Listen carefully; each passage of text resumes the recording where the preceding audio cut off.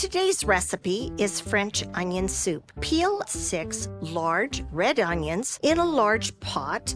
Add approximately 3 tablespoons of olive oil plus 1 tablespoon of butter. Sprinkle 1 teaspoon or so of white sugar on top of the onions and a teaspoon of salt. Add the minced garlic. Deglaze with a half of a cup of the beef broth. Create a sachet, lay on the cheesecloth 2 bay leaves, 3 sprigs of fresh parsley, and 3 sprigs of fresh thyme. Taste the soup and then season with extra salt and, of course, fresh ground pepper. Brush both sides of your bread with olive oil. Toast until they are slightly brown. Remove your toast from the oven and cover with the shredded Gruyere cheese and a sprinkle of Parmesan cheese.